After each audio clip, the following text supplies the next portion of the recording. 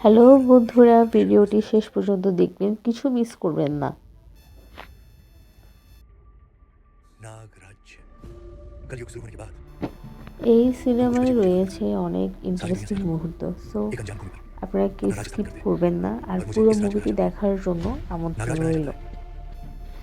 लेकिन साथ साथ हमारे सबसे बड़े दुश्मन गरुड़ वो दुनिया से अलग अपना राज्य बनाते हैं और गरुड़ राज হ্যালো हमेशा सबसे বন্ধুরা, बड़ा जाता পুরো ভিডিওটি দেখুন, नागराज অনেক মজার गरुड़ राज्य के মুহূর্ত फौजी और আপনাদের जैसे জন্য हमारे অপেক্ষা করছে। राज्य के अंदर आ चुके हैं और अब उनको हमारे राज्य का पता मालूम हो चुका है।